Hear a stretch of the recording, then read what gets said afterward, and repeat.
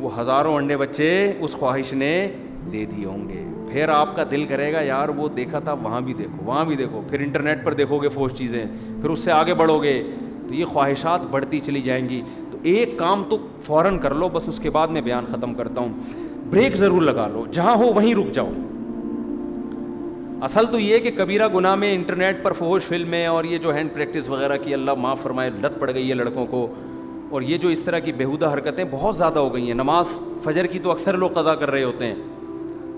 ایک کام ضرور کرو کہ گناہ میں اگر ایک حد تک جا چکے ہو نا, تو ایسا کرو کہ پیچھے آنا شروع ہو گے نا, اس کا پتہ ہے فائدہ کیا ہوگا, کم از کم آگے بڑھنے سے رک جاؤ گے.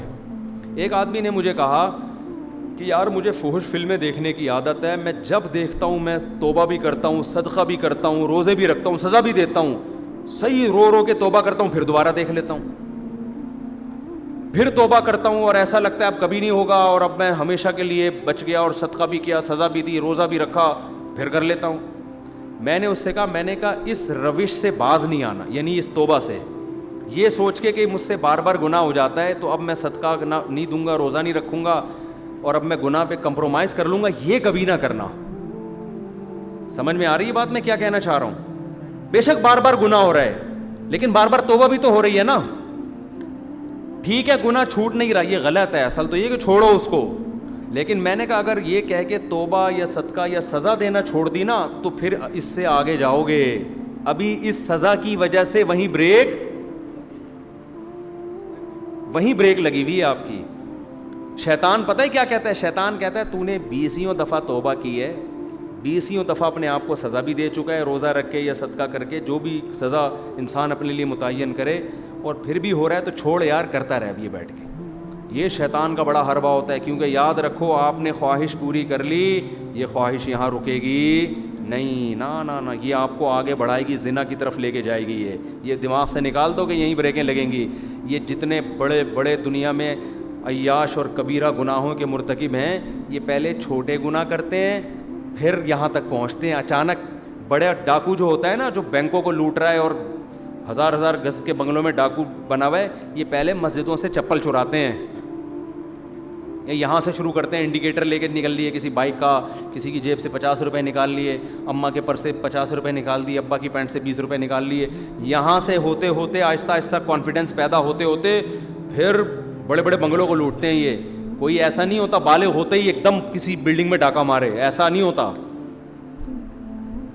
اگر آپ نے گناہ سے توبہ نہیں کی اور اپنے اوپر جرمانہ دے کے, اور پھر میں نے کہا بھائی جب آپ کو یہ فحش فلموں کی عادت پڑ چکی ہے تو نیٹ استعمال نہ کرو میرے بھائی.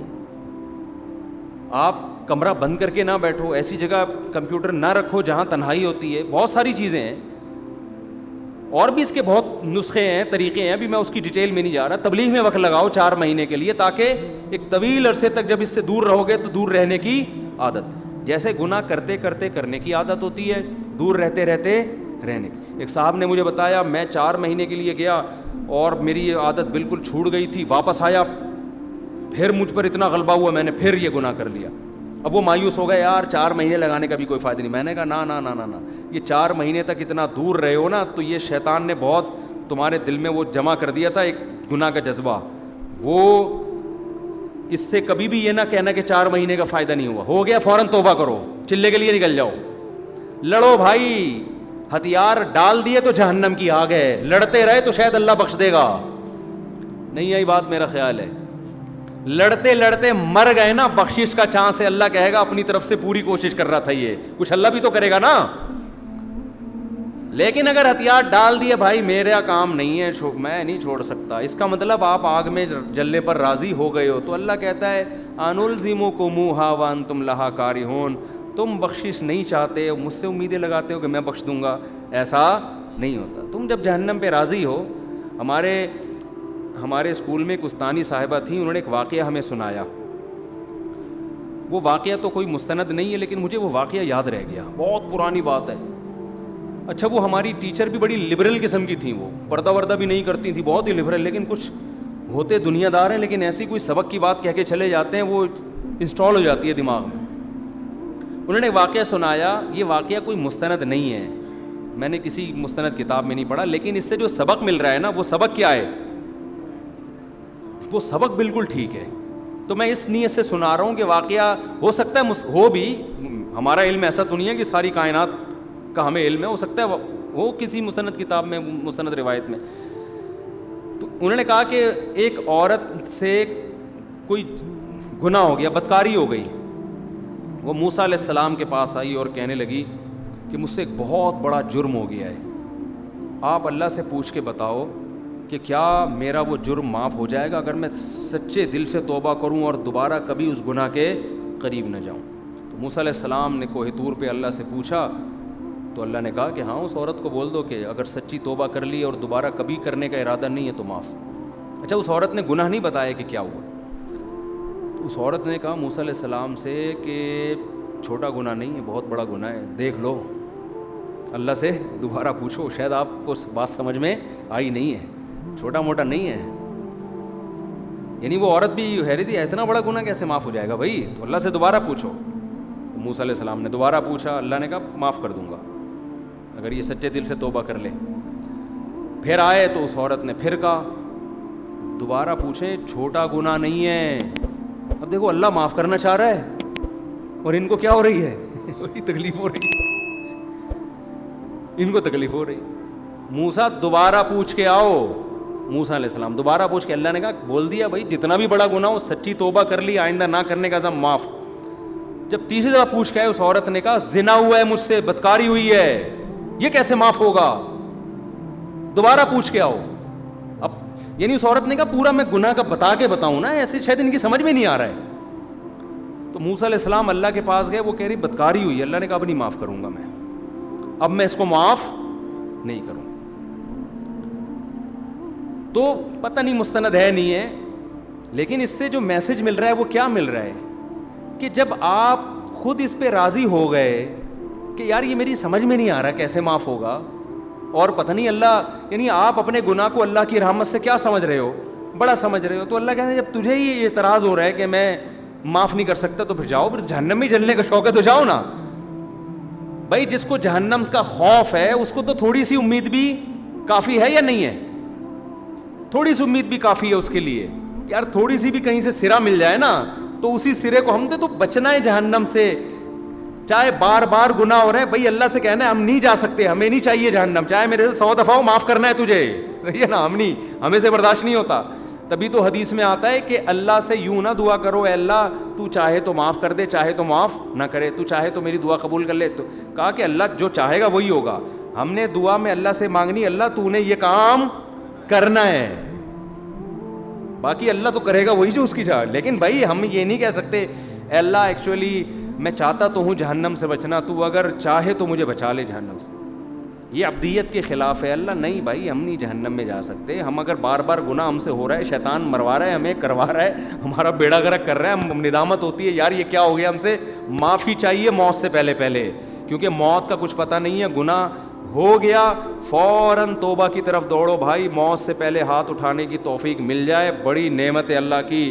کیونکہ اللہ جیسے گناہ سے ناراض ہوتا ہے تو گناہ سے توبہ کرنے پر خوش بھی تو ہوتا ہے نا. یہ نظام عدل تھوڑی ہے کہ جب گناہ ہوا تو سزا دے رہا ہے اور جب گناہ کی معافی مانگ رہے ہو تو پھر جزا نہیں دے رہا. وہ کہے گا بھائی جیسے گناہ پہ عذاب دیتا ہوں ایسے ہی توبہ ایک نیکی ہے, اس توبہ پہ کیا کرتا ہوں میں, خوش بھی تو ہوتا ہوں میں. ہمارے ایک دوست تھے بچپن میں, ان کو شراب کی اور الٹی سیدھی چیزوں کی عادت پڑ گئی. ان کو میں کسی خانقاہ میں لے گیا, حضرت حکیم اختر صاحب رحمہ اللہ تعالیٰ بڑے بزرگ تھے, زندہ تھے, ان کے پاس میں لے گیا. میں نے ان سے اس کو بیعت کروا دیا. اب وہ ایک دن آیا میرے پاس, کہہ رہا ہے یار میں بیعت ہو گیا, بڑا فائدہ ہو, لیکن پھر مجھ سے گناہ ہو جاتا ہے اور بار بار توبہ کرتا ہوں, اب تو مجھے توبہ کرتے ہوئے شرم آ رہی ہے. توبہ کرتے ہوئے کیا آ رہی ہے, شرم آ رہی ہے کہ اللہ بھی کہے گا وہی کل توبہ کر کے گیا تھا, رو رو کے ایسے گڑ گڑا جیسے سے زیادہ نیک دنیا میں کوئی ہے ہی نہیں, ٹھیک ہے نا. اگلے دن پھر بدماشی کر کے آ رہا ہے. تو وہ گٹکا بھی کھاتا تھا. گٹکا اس وقت میرا خیال ہے ایجاد نہیں ہوا تھا. سگریٹ, پان, نسوار, چرس, جو نشہ نہیں کر رہا تھا نا وہ نشہ تھا جس کے اس کے پاس پیسے نہیں ہوتے تھے, باقی ساری چیزیں کر رہا تھا وہ. اور اس کو ہدایت بھی کیسے ملی, توبہ کی توفیق. توبہ کی توفیق ایسے ملی, کسی قادیانی نے اس کو لندن کے ویزے کی لالچ دے کے قادیانی بنانے لگا تھا اس کو. اچھا ہم سے آ کے قادیانیوں کے فیور میں بات کرتا تھا. میں اسے سمجھاتا تھا بھائی مرزا غلام احمد قادیانی جھوٹا نبی ہے, ایمان کیوں بیچ رہا ہے تو ہمارا, کیونکہ دوست تھا نا, اس کو ہم سمجھا رہے یار تو شراب کباب سے اب یہاں بھی تو ایمان بیچ رہا ہے, کیا کر رہا ہے. اتنی بحث ہوتی, نہیں بات سمجھ میں آتی. ایک دن آیا میرے پاس, میں جمعرات کو نا میری چھٹی ہوتی تھی مدرسے کی, میں گھر آتا تھا تو وہ ملنے کے لیے آ گیا. مجھے کہتا ہے آپ سے ضروری بات ہے. اندھیرے میں لے گیا, وہاں پیچھے کہیں جو ہے نا وہ نئی آبادی بن رہی تھی, وہاں نئی نئی سڑکیں بچھی تھی, آبادی وہاں اندھیرے میں لے گیا. کہہ رہا بھائی میں توبہ کرتا ہوں قادیانیت سے, احمدیت سے, میری توبہ. میں نے کہا اللہ یہ کیسے ہدایت دی بھی, کیا ہوا ہے. کہہ رہے یار جس قادیانی نے, ناظم آباد میں ایک بڑا سیٹ تھا مالدار, وہ مجھے اس نے لالچ دی ہوئی تھی کہ یو کے کا ویزا دلوا دوں گا, قادیانی ہو جاؤ, اور میں ویزے کے لالچ میں, اور مجھے کہتے ایک دن کیا ہوا, مجھے اپنے گھر میں لے کر گیا. اندر 50 سال اس کی عمر تھی. کہہ رہا اتنا خوبصورت ہینڈسم آدمی تھا وہ, اندر بیٹھا ہوا ہے, میں باہر ہوں, نکل ہی نہیں رہا. گھنٹہ ہو گیا, 2 گھنٹے ہو گئے, باہر ہی نہیں آیا. اس کے بیٹوں کو بلایا, دروازہ کھلا تو ہارٹ اٹیک ہوا ہوا ہے, اوندھا پڑا ہوا ہے اور منہ سے خون نکل رہا ہے. کہہ رہا ہے میں کانپنے لگا. میں نے کہا بھائی یہ دنیا کا انجام کیا ہے, یہ انجام ہے جس مال کے پیچھے میں بھاگ رہا ہوں. یعنی اس کے دل میں تو لالچ تھی نا کہ لندن کا ویزا ملے گا, یہ ہوگا وہ ہوگا. کہہ رہا میں نے کہا یار یہ دنیا ہے. 2 منٹ نہیں لگے اس آدمی کو, جو مجھے جنت کے باغات دکھا رہا ہے دنیا میں, خود اس کا اپنا انجام کیا ہوا ہے. تو کسی کے ساتھ بھی موت ہو سکتی ہے نا. کہہ رہا 50 سال کا ینگ آدمی, ایسے ہی موتیں ہوتی ہیں, آپ دیکھ لو, کھڑے کھڑے لوگ گر جاتے ہیں. کہہ رہے میں نے کہا یار میں اپنا ایمان بیچ رہا ہوں یار ان پیسوں کے پیچھے, کل میرا بھی یہی انجام ہوگا.